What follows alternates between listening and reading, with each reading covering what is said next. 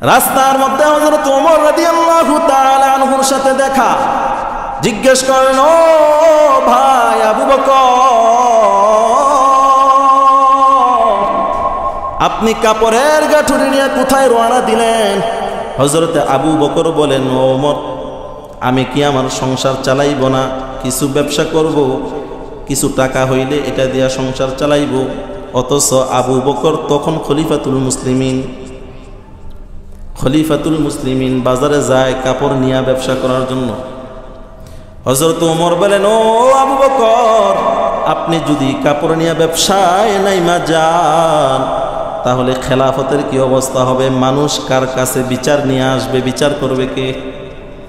এই খেলাফত দেখাশোনা করবে কে? মানুষের সুখ শান্তি দুঃখ দুর্দশা দূর করবে কে? এগুলাকে দেখভাল করবে। যান, আপনি মসনদে বসেন, আপনার জন্য আমরা রাষ্ট্রীয়ভাবে একটা ভাতা নির্ধারণ করব রাষ্ট্রীয় কোষাগার থেকে, আপনি প্রতি মাসে ওই ভাতাটা পাওয়া যাইবেন। হযরত আবু বকর সিদ্দিক রাদিয়াল্লাহু তাআলা আনহুর জন্য নির্দিষ্ট একটা ভাতা নির্ধারণ করা হলো। আবু বকর সিদ্দিক রাদিয়াল্লাহু তাআলা আনহু ওই ভাতা দিয়ে তার পরিবার চালাইতেন। একদিন তার বিবি বললেন, স্বামী আমার, কিছু মিষ্টি খাইতে মন চায়, কিছু মিষ্টি খাওয়াইবেন। আবু বকর বলে, টাকা তো নাই, যা কিছু রাষ্ট্রীয় কোষাগার থেকে আসে মোটামুটি সব কিছু শেষ হয়ে যায়, থাকে না কিছু, মিষ্টি খাওয়ার মতো আমার হাতে কোনো টাকা নাই। অথচ তিনি কি খলিফাতুল মুসলিমিন। এবার বিবি চিন্তা করলেন, না, কাজটা আমাকে সমাধা করতে হবে। যেই টাকা বেতন পাইতেন ওই টাকা থেকে কষ্ট করে করে করে করে অল্প টাকা জোগাড় করে করে তিনি জমাইতেন। একটা সময় মিষ্টি খাওয়ার মতো টাকা হয়ে গেছে। এবার আবু বকরের হাতে তুলে দিয়া বলেন, নেন স্বামী, এই যে টাকাটা, এটা দিয়ে মিষ্টি নিয়ে আসেন। আবু বকর রাদিয়াল্লাহু তাআলা আনহু বলেন, তাইলে বোঝা গেল এই টাকা না হইলেও আমার সংসার চলে যায়।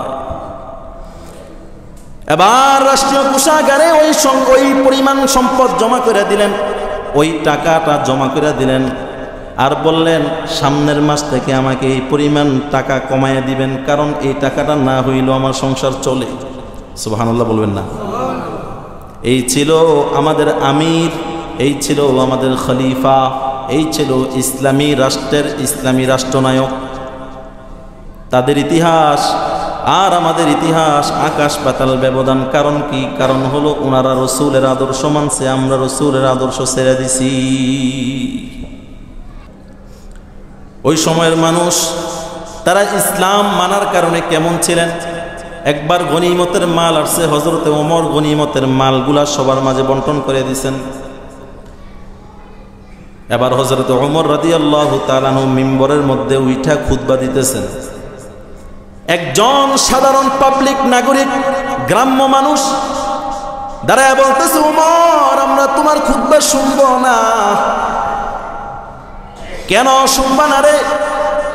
কারণ হলো গনিমতের যেই মালগুলো আমরা পাইছি, আমাদেরকে এতটুকু করে কাপড় দেওয়া হয়েছে, যে কাপড়টা দিয়ে আমরা পুরা জামা বানাইতে পারি না। আর আপনার গায়ে আমরা দেখতেছি ফুল একটা জামা আপনি পরে রাখছেন, কাপড় তো একই, আপনি ফুল জামা কেমনে পাইলেন? আমরা তো ফুল জামা বানাইতে পারি নাই। যেই জমানায় খলিফার সামনে সাধারণ একজন আম পাবলিক দাঁড়ায়া উঁচু গলায় কথা বলতে পারে, ওই শাসন আমরা চাই, ঠিক কিনা বলেন?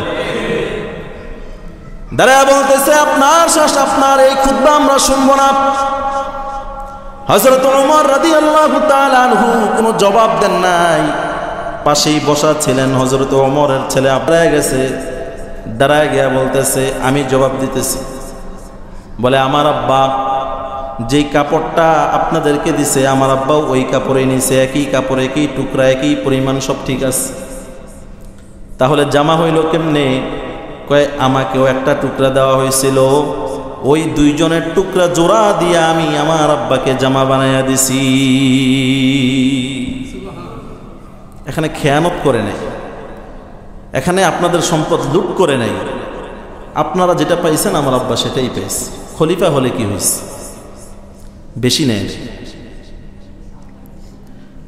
এবার হযরত আমর ইবনুল আস রাদিয়াল্লাহু তাআলা আনহু, মিশরের গভর্নর আমর ইবনুল আস রাদিয়াল্লাহু তাআলা আনহু শাসন আমলে তিনি যখন গভর্নর ছিলেন ওই সময় ঘোড়া প্রতিযোগিতা হয়েছে। হযরত আমর ইবনুল আসের ছেলে ওই প্রতিযোগিতার মধ্যে ছিল। তো কিছু মানুষ তার ছেলেকে পিছনে রেখা আগে আগে চলে গেছে, উনি পিছনে পড়ে গেছে। এই জন্য আমর ইবনুল আসের ছেলের কিছু দিয়া গুতা দিয়া ওই লোকটাকে ফালাইয়া দিচ্ছে, সামনের লোকটাকে ফালাইয়া দিচ্ছে। ওই লোকটা বিচার নিয়ে গেছে মদিনা সেন্ট্রাল গভর্নমেন্ট হযরত ওমরের কাছে, খলিফাতুল মুসলিমিনের কাছে বিচার নিয়ে গেছে যে আমাকে এইভাবে, আমরা তো স্বাধীনভাবেই জন্মেছিলাম, কিন্তু আমাদেরকে এরকম কেন করা হলো, কবে থেকে আমাদেরকে গোলাম বানাইছে। ওমর রাদিয়াল্লাহু তাআলা চিঠি লিখছেন। যখন এই চিঠি পাইবা সাথে সাথে ও আমর ইবনুল আস, তুমি এবং তোমার ছেলে সাথে সাথে মদিনায় এসে হাজির হইবা। চিঠি পাওয়ার পরে সাথে সাথে তারা এসে উপস্থিত হয়েছেন। হযরত ওমর ডাক দেয়া বলতেছেন, ও আমর ইবনুল আস, মানুষ তো তার সন্তানকে স্বাধীনভাবে জন্ম দেয়, তোমরা কবে থেকে আবার মানুষকে পরাধীন বানাইলা, গোলাম মনে করছো কবে থেকে? তোমার ছেলে কেন তাকে গুতা দিয়া ফেলাই দিল, জবাব দাও। সঠিক জবাব নাই, ঠিক আছে, পিঠ পাইতা দাও, শাস্তি নাও। হযরত আমর ইবনুল আস তখন গভর্নর, হযরত ওমরের সামনে তার ছেলের বিচার হচ্ছে, পিঠের মধ্যে তাকে চাবুক মারা হচ্ছে, গভর্নর পাশে বসা, ছেলেকে পিটানো হচ্ছে। হযরত আমিরুল মুমিনিন খলিফাতুল মুসলিমিন ওমর রাদিয়াল্লাহু তাআলা আনহু এখানে বসা, সবার সামনে মাইর দেওয়া হচ্ছে কাকে? গভর্নমেন্টের ছেলেকে। এবার এক পর্যায়ে পিটাইতে পিটাইতে সে বেহুশ হয়ে গেল। হযরত ওমর রাদিয়াল্লাহু তাআলা আনহু দেখেন ইসলাম মানুষকে কতটা উদারতা বানায়, কতটা উদারতা শিখায়। হযরত ওমর রাদিয়াল্লাহু তাআলা আনহু বলতেছেন, এখন তার শাস্তি তো শেষ হয় নাই, সে তো বেহুশ হয়ে গেছে। ওমর বলতেছেন, আমাকে বাকি শাস্তিটা আমার পিঠে দাও। আসবে, খেয়াল করবেন, আমার উম্মতের উপরে মুসিবত নেমে আসবে, বিপদের পাহাড় নামতে থাকবে। 15টা কাজ, কোনো রাওয়ায়াত আছে 12টা, কোথাও বেশি আছে, কম আছে। তখন বিপদ আসতে থাকবে উম্মতের মধ্যে। কি কি বিপদ আসবে? 5টা বিপদ আসবে। কয়টা বিপদ? রিহান হামরা, 1 নাম্বার হলো লাল ঝঞ্ঝাবায়ু শুরু হয়ে যাবে, লাল ঝঞ্ঝাবায়ু। ওয়া জালজালাতান, 2 নম্বরে হলো ভূমিকম্প শুরু হবে। আচ্ছা, আগে ভূমিকম্প বেশি হইতো না, এখন বেশি হয়? এখন বেশি হয়। আমাদের বাপদাদাদের সময় ভূমিকম্প ছিল, এখন ভূমিকম্প কিছুদিন পরে ওই জায়গায় ধস নামে, ওই জায়গায় সব শেষ। ভূমিকম্প হবে কিয়ামতের আগে, 2 নম্বর। 3 নম্বর অখসফা, ভূমিধস হবে, মাটি ধইসা নিচে সব ঘরবাড়ি একদম তলায় যায়, খুঁজেই পাবে, অখসফা। 4 নম্বরে ওয়ামাসখ, এবং মানুষের চেহারা আকৃতি পরিবর্তন হয়ে যাবে, চেহারার স্রোত ঠিক থাকবে না, পরিবর্তন হয়ে যাবে। শোনা যাবে অমুক জায়গায় চেহারা আকৃতি বিবর্তন ঘটছে। এটা এখনো কিছু ঘটছে, বাকি পুরোপুরি ঘটে নেই। অকজফা, এবং পাথরের বৃষ্টি হবে, হয়েছে নি? পাথরের বৃষ্টি হয় নাই? হ্যাঁ, অকজফান, পাথরের বৃষ্টি হবে।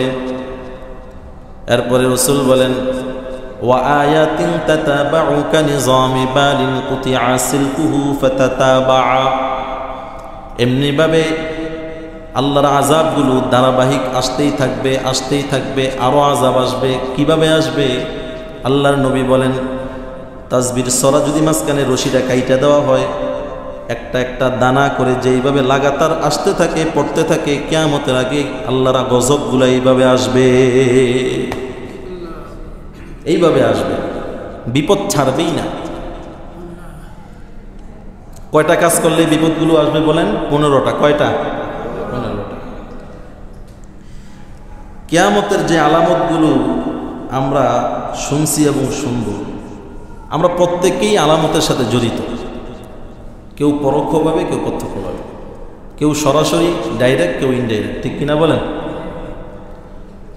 কারো একদম সরাসরি মনে হয় যে সে তার মধ্যেই আলামতটা পাওয়া যাইতেছে, দরটা এরকম মনে হইব।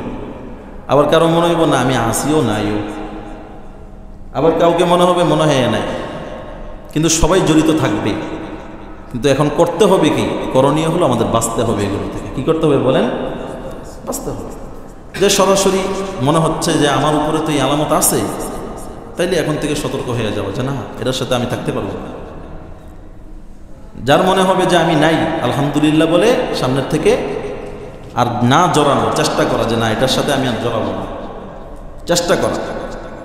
জড়িত থাকলে এর থেকে সরে আসার চেষ্টা করা, জড়িত না থাকলে শুকরিয়া আদায় করে সামনের থেকে যেন এর কাছেও না যাই সেই ব্যাপারে সতর্ক থাকে।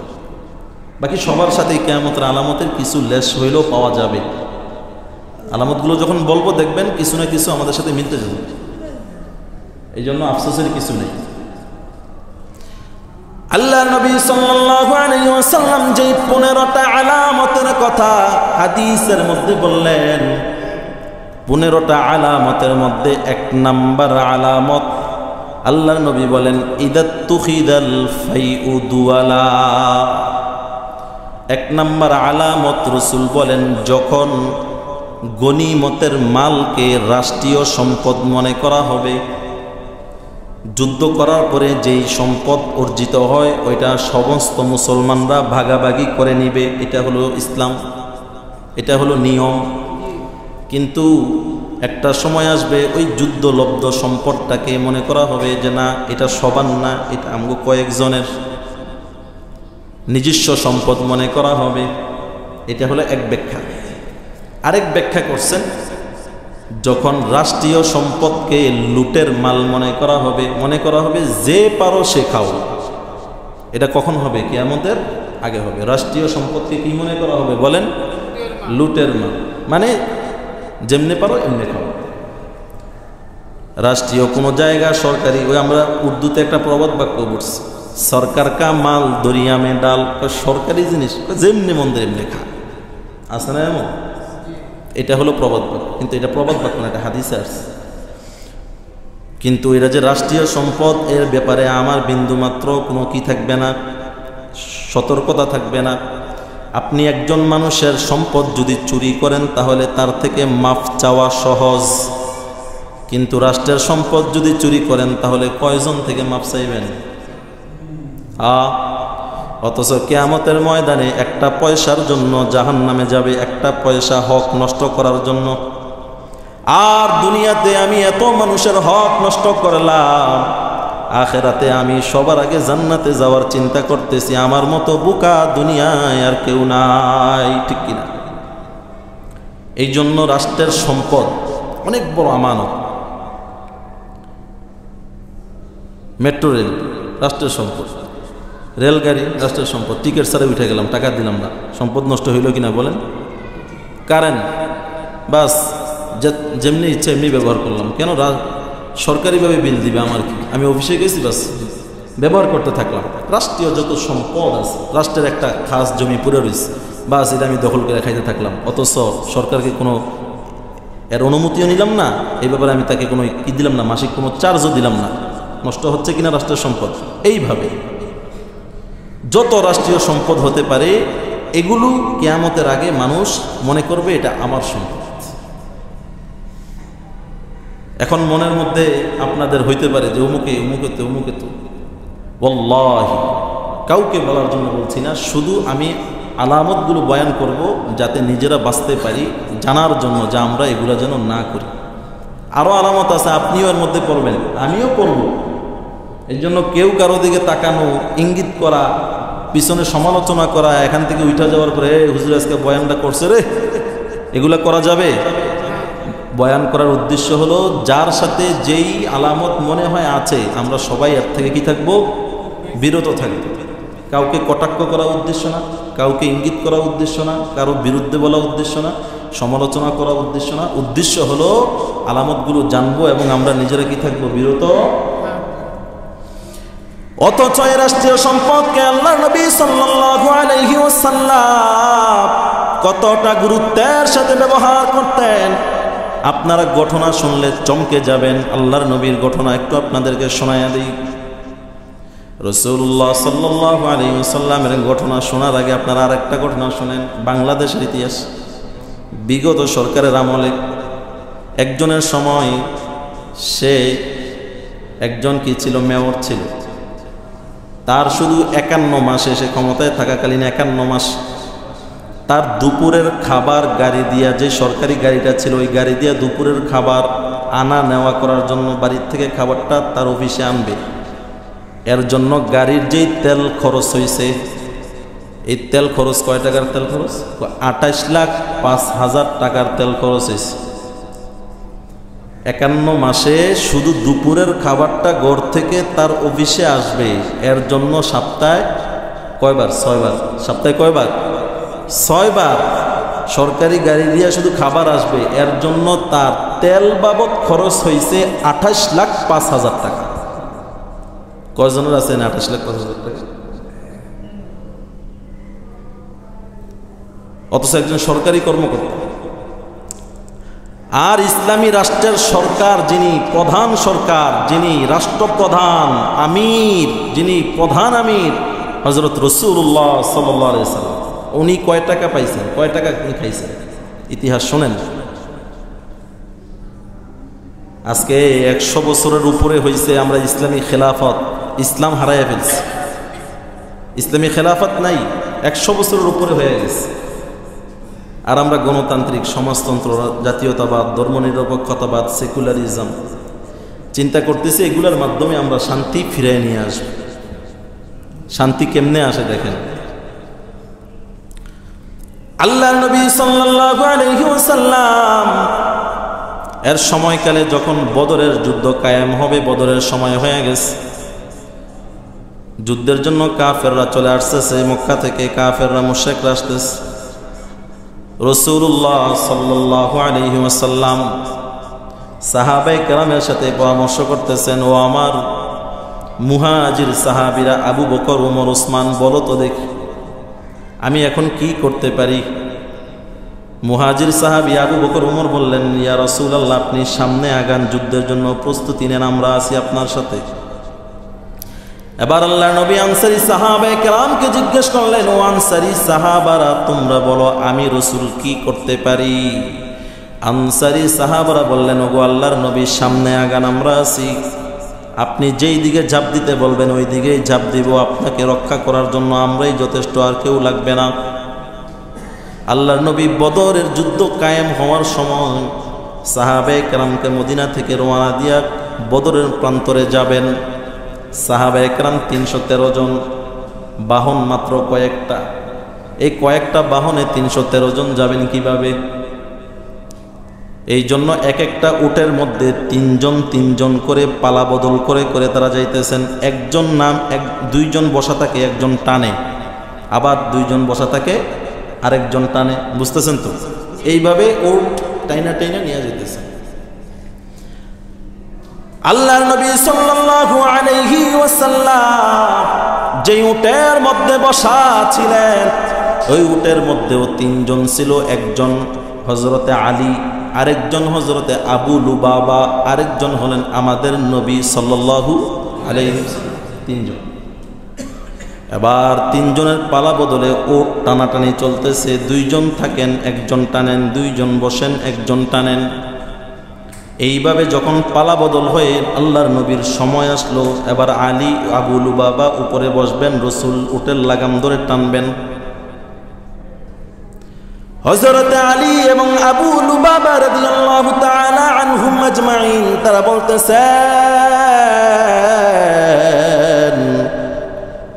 ইয়া রাসূলুল্লাহ, আপনি তো দু জাহানের বাদশাহ, আপনার আগেরও কোনো গুনাহ নাই, পরেরও কোনো গুনাহ নাই, আপনি আমাদের নেতা, আপনি হলেন আমাদের সরদার। ফিদাকা আবি ওয়া উম্মি ইয়া রাসূলুল্লাহ, ওগো আল্লাহর নবী, আপনার জন্য আমার পিতা মাতা কুরবান হয়ে যাক, আপনাকে আমরা জানের চাইতে বেশি মায়া করি। ওগো আল্লাহর নবী, আমরা উপরে বসে থাকবো আর আপনি গোড়ার লাগাম ধরে টানবেন। ওগো আল্লাহর নবী, আমরা এটা হইতে দিতে পারি না। আল্লাহর নবী সাল্লাল্লাহু আলাইহি ওয়াসাল্লামকে বলতেছেন, আপনি উপরে উঠেন, আমরা টানবো। এটা হয় না, এটা সহ্য হবে না, এটা মনে মানে না। আল্লাহর নবী, আপনি বসেন, আমরা টানি।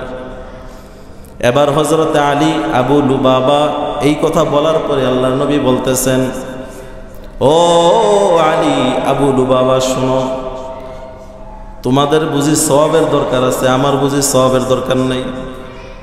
তোমাদের সওয়াব লাগবে, আমার লাগবে না। আর তোমাদের শক্তি কি আমার চাইতে বেশি নাকি? আমি নবীর শক্তি আল্লাহ তাআলা আমাকে অনেক দিছে। তোমরা বসো, আমি নবী লাগাম দইরা টানি। আমাদের রাষ্ট্রপ্রধান, আমাদের আল্লাহর নবী, আমাদের রাষ্ট্রপ্রধান, আমাদের নবী মুহাম্মদুর রাসূলুল্লাহ সাল্লাল্লাহু আলাইহি ওয়াসাল্লাম, যাকে আমরা কলিজা দিয়া মায়া করি, যাকে আমরা হৃদয়ের শীতলতা মনে করি, চোখের শীতলতা মনে করি, যাকে আমরা দুনিয়ার সব চাইতে বেশি মায়া করি, মোহাব্বত করি, ভালোবাসি, ওই নবী লাগাম ধরে ধরে বাহন শেয়ার করে চলে। আর আমাদের সামান্য একজন সরকারি কর্মচারী, সরকারি মানুষ, তার মাসে 51 মাসে খরচ হয় 28,05,000 টাকা। কার টাকা? এই জন্য ইসলামী খেলাফত দরকার আছে না নাই? কোন হযরত ওমর রাদিয়াল্লাহু তাআলা আনহু যখন মিশর বিজয় হয়, হযরত আমর ইবনুল আস রাদিয়াল্লাহু তাআলা আনহু সংবাদ পাঠাইছে, সেন্ট্রাল গভর্নমেন্ট এর প্রধান রাষ্ট্রনায়ক যিনি হযরত ওমর খলিফাতুল মুসলিমিন, খবর পাঠাইছে ওমর রাদিয়াল্লাহু তাআলা আনহুর কাছে যে আপনি আসেন মিশর বিজয় হওয়ার পথে। এবার হযরত ওমর রাদিয়াল্লাহু তাআলা আনহু যাইতেছেন, মিশরের দিকে রওনা দিছেন। হযরত ওমর তখন খলিফাতুল মুসলিমিন, শুধু বাংলাদেশের না, শুধু আমেরিকান না, শুধু ইউরোপের না, শুধু তিউনিশিয়ান না, শুধু তাজিকিস্তানের না, শুধু উজবেকিস্তানের না, আফগানিস্তানের না, তখন মোটামুটি অর্ধ বিশ্ব যিনি শাসন করেন তার নাম কি? হযরতে। উনি যাইতেছেন, উটের উপরে ওমর বসছেন, আর তার সাথে একজন গোলাম। ওই গোলামকে হযরতে ওমর তার পিছনে বসাইছেন, চলো আমরা যাই। হযরতে ওমর কখনো রশি টানে আর গোলাম কখনো রশি টানে, দুইজন বাগাবাগি করে উটের রশি টানতে টানতে যাইতেছে মিশরের দিকে। ওই খলিফাতুল মুসলিমিন হযরত ওমরের সামনে কয়জন বডিগার্ড ছিল, পিছনে কয়জন বডিগার্ড ছিল। ওমর রাদিয়াল্লাহু তাআলা আনহুর জন্য কয়টা মাইক্রো ছিল, কয়েকটা প্রাইভেট কার ছিল, BMW ছিল। তাকে নিরাপত্তা দেওয়ার জন্য দেহরক্ষী কয়জন ছিল? ছিল কোনো? একজন গুটের রশি টানে, একজন বসে, আবার আরেকজন টানে, আরেকজন বসে। অথচ অর্ধজাহান শাসন করেন হযরত ওমর। আমাদের খলিফাদের অবস্থা তো এমন, এমন শাসক আমাদেরকে তারা হাদিয়া দিয়ে গেছেন, তারা দেখাইয়া গেছেন, এইভাবে তোমরা যতদিন পর্যন্ত বিশ্ব না চালাইবা ততদিন পর্যন্ত তোমাদের কপালে শান্তি না। এটাই হচ্ছে। এই জন্য রাষ্ট্রীয় সম্পদ, এই রাষ্ট্রীয় সম্পদ হলো আল্লাহর নবী জানায়া দিলেন, এটা লুটের মাল না, এটা নিজস্ব সম্পদ না, ব্যক্তিগত সম্পদ না, যেমনে চাই সেমনে ব্যবহার করব। এটা হলো আল্লাহ তাআলার দেওয়া একটা